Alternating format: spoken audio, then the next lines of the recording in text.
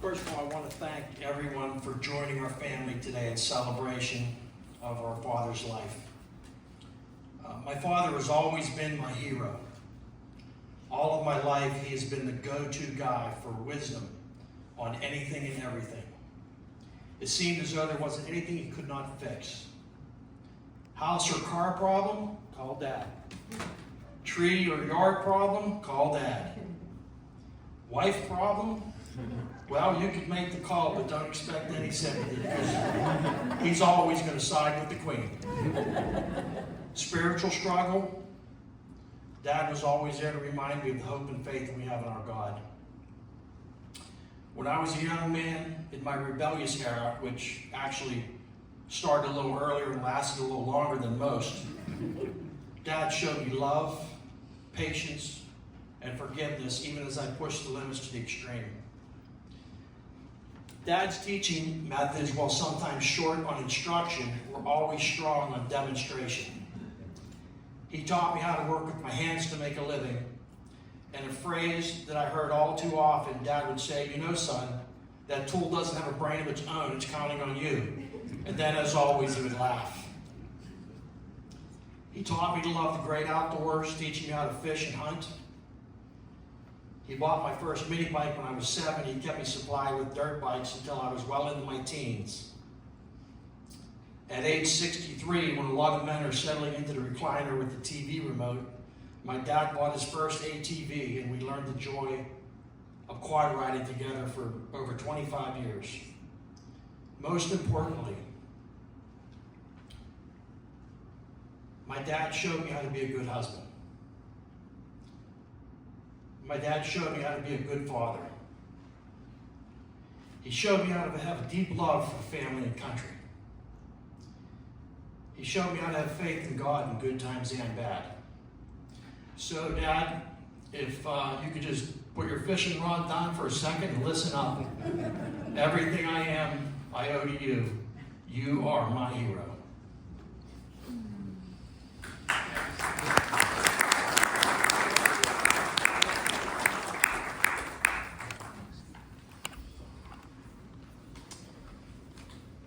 Growing up, I used to call him Pap Pap Wes. I can't remember when, but at some point that changed to just Pap. Pap was one of the most adventurous and interesting guys I knew. He was a veteran, a mechanic, a tree climber, a fire chief, and right up until the end, he fished in a boat that was the same length as the gators that he pushed off with his oar. He was a family man who built his home from the ground up. He was a provider, a loving husband and father, and a devout Christian. I always thought it was pretty cool that I got to share a name with my Pap. As long as I can remember, it's been a point of pride in my life. And maybe never more so than right now. It's amazing to see the family that he and my Grandma Faye created, and the circle of friends that he loved like family that are here today. I sincerely want to thank all of you for gathering with us today. Over the past weeks, I've had a few opportunities to cry and to wish that I had another chance to ask him for some more stories. But I've also had opportunities to cherish some fond memories and to think about how I'll remember my Pap. Tonight, I'd like to share a few of those thoughts that have brought peace to me with all of you. When I think of my Pap, I remember one of the hardest working men I know. Sorry, I have a lot of pages up here. I remember a man who, at 85 years old, told me how guilty he felt that he accidentally took a midday nap, knowing full well that he still had firewood to split. When I think of my Pap, I remember my first beer with him and my dad at the down back garage. It was a Yingling, and I had to keep that secret from my mom for almost a decade. I think of how lucky I am to have been able to hunt with him for nearly 20 years, even though, and I can say this now, he was not the greatest hunter I've ever met. Turns out that even when he was hunting, he was thinking about fishing. When I think of my Pap, I think of the custom-made American flag antenna toppers, and how many times I'd see them around the area. Even if I didn't recognize the driver, I knew they were a friend of my Pap. When I think of my Pap, I remember the man who would call me on my birthday and sing happy birthday to me enthusiastically. even though I feel brutally awkward as he sang the whole thing from beginning to end. When I think of my pap, I remember the man who gave advice to my wife on our wedding day. And I think of the sage advice that he gave to me when faced with any lady troubles, which was simply to say, "Yes, dear." You can ask my wife. I'm still learning to master that one today. And ironically enough, "Yes, dear" was the response that he would give my dad anytime they were arguing about anything. Finally, when I think of my pap, I remember the unwavering love he had for my grandma Faye. I remember a sign at his front door that read, "Here lives an old fisherman and the greatest catch of his life." And though it's been many years since that statement rang true, it brings me more comfort than I can express to know that they're back together again. If there's a pontoon in heaven, I can guarantee that Grandma is tan and that Pap will be just fine.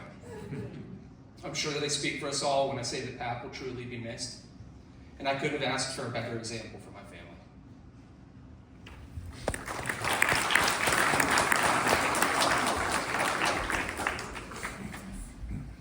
Our family is blessed and honored that y'all are here to celebrate my dad's life tonight and pay tribute to him, so thank you for coming. And I guess I should introduce myself because it's been decades probably since I've seen a lot of you, since I moved away from the Pittsburgh area. So I'm Laurie. I'm the daughter who lives in Nashville. I'm the middle sister, and I have the distinction of being the only one of Wes's daughters who never won the title of Miss Indiana Township first runner-up in the Dorseyville Corn Queen Beauty Pageant.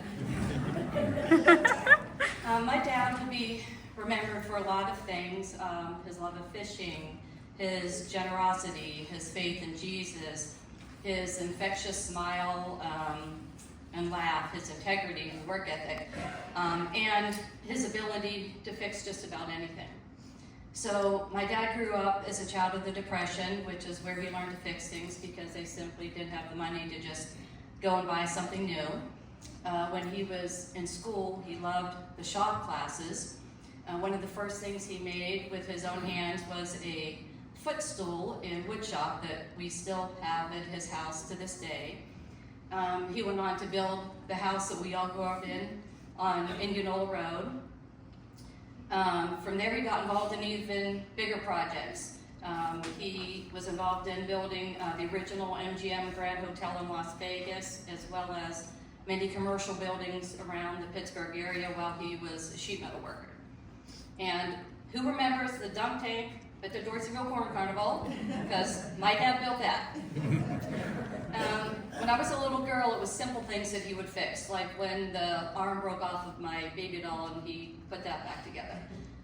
When I was a teenager, I had a 76 Mustang, and back then that's when the windows rolled up and down with the crank window, and one day the window fell down inside the door and there was rain in the forecast, so my dad called his friend Ed Campus, and Ed's kids, Mark and Diane, are here today.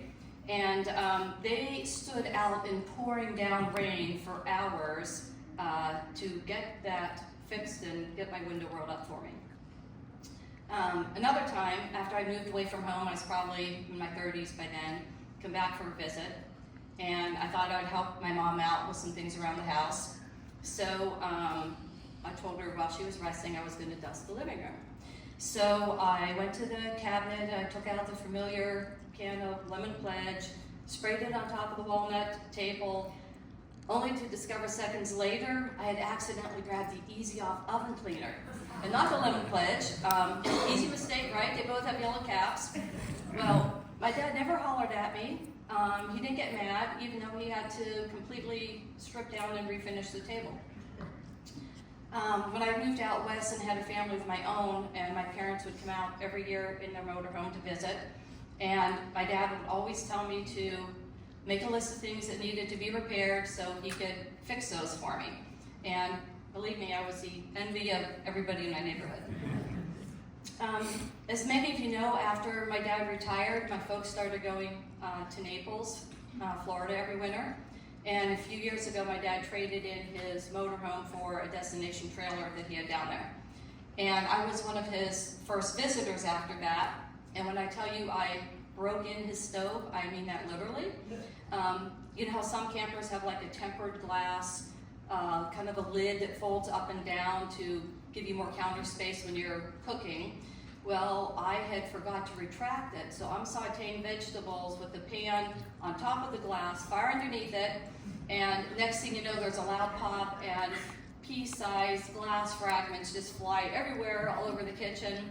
And again, my dad didn't holler or get mad. It was just like, okay, we'll go online and order a new one, and he did that, and he got it fixed. So I could go on and brag about how my dad could fix anything. But now that he's gone, there's one thing he can't fix. I don't know that anybody can, and he can't fix my broken heart. And as you know, my dad, there were things that he knew that he even couldn't fix, bigger things in life and problems. And that's where he relied on his faith in God and in Jesus. One of his favorite Bible verses was Psalm 46:10, "Be still and know that I am God."